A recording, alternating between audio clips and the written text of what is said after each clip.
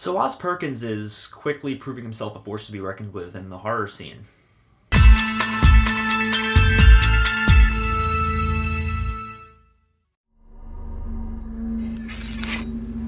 Tell me the fairy tale again. It's too scary, start seeing things that aren't there. Gretel and Hansel, not to be confused with Hansel and Gretel, is the newest film from Black Host's Daughter director Osgood Perkins. It stars Sophia Lillis, Samuel Leakey, and Alice Krige, and its story is pretty simple. It's a darker horror rendition of Hansel and Gretel. Now, for those of you who watch this channel, you'll know that not only was this movie on my most anticipated films of 2020 list, but I also am a big fan of Oz Perkins. I loved The Black Host's Daughter, and I enjoyed parts of I Am the Pretty Thing That Lived in the House, even though it wasn't my favorite. And for those of you who may have liked one, but not the other, I think Gretel and Hansel has elements of both, and it's a nice middle ground between the two. And I mean that in both a bad way and a good way. I'm going to start by saying I'm incredibly surprised that this movie got as wide of a theatrical release as it did, because it is not the most accessible film. It's extremely art house, and for more casual horror fans, it's got a lot of stuff that might alienate them. Honestly, I'm surprised that this movie didn't come with an A24 logo at the beginning, because it's the exact kind of content that they would release. I mean that in a good way, but this film definitely has its flaws, and I'll get to those in a bit. Good stuff first, though. This movie is definitely an art house film of really slow burn, style over substance horror at its core. And that pacing definitely has its strengths and weaknesses, but one thing it does really well is pull you into this fully immersive world and drench you in what is undoubtedly one of the most visually stunning films I'll see this year. The cinematography and the production design of this movie are pretty unparalleled. Everything from the cropped aspect ratio to the lighting to the color grading, they all combine to create this hellish fantasy world that I can only describe as what would happen if The Witch was a 70s giallo film. The cold gray atmosphere of the outdoor shots, the stark red and yellow lighting of the inside of the witch's house, the way that the crop of every single shot allows them all to be perfectly centered in a way that makes them all feel like a painting. On a visual level, this film is never boring for a second. The performances are also worthy of praise. I do wish we got to see a little bit more of Sophia Lillis, because she is a little bit underutilized here, but she still does a good job with what she's given. But the standouts for me are Samuel Leakey and Alice Krige. Samuel Leakey as Hansel, this kid manages to just sell every single emotion across the board. He goes from whiny and annoying to funny to a genuinely loving and caring brother, and he really sells all of it.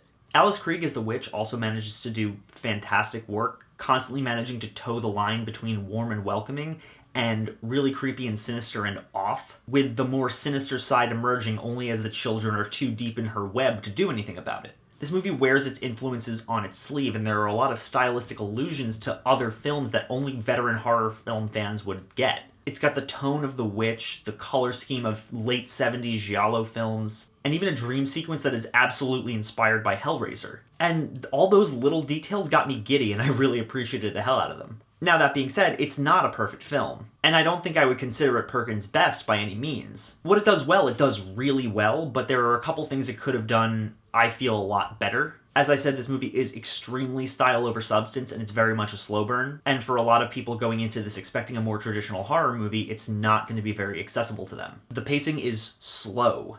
Like, really slow. To the point where at times it could feel like this movie's taking forever to get anywhere, and the movie's only an hour and 27 minutes long. Now, I was able to enjoy it for the most part purely from a visual perspective, but even for me, there were several points in this movie where I felt like it was dragging. And a big part of that comes from the fact that there isn't really a lot of story here, certainly not enough to fill a 90-minute runtime. And it's probably the kind of film that would have worked better as a short. On top of that, the script is not particularly strong. It severely underutilizes Sophia Lillis, keeping most of her dialogue confined to unnecessary monologues where she narrates about her headspace. The external dialogue is pretty on the nose for most of the film, where at several points, characters will just out loud say the themes and beat you over the head with them ad nauseum. There's also a really small thing, but one that really bothered me. There are 3 major characters in the film, and every single one of them has a distinct accent, including the characters who are supposed to be brother and sister. You've got Hansel, who's British, you've got Gretel, who's American, and then you've got the witch, who's Irish.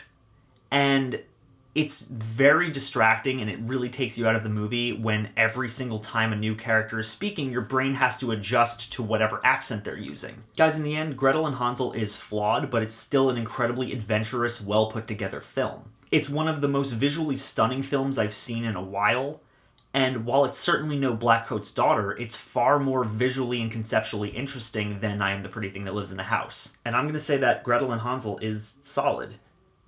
If you're a fan of art horror, if you're a fan of style over substance films that will really please you visually, definitely check this out and take advantage of the fact that it got a wide theatrical release. I do think you'll appreciate it. As always, guys, thank you so much for watching. If you like this channel and you want to see more, click down there, like, comment, subscribe, click the bell notification if you want to know when I upload.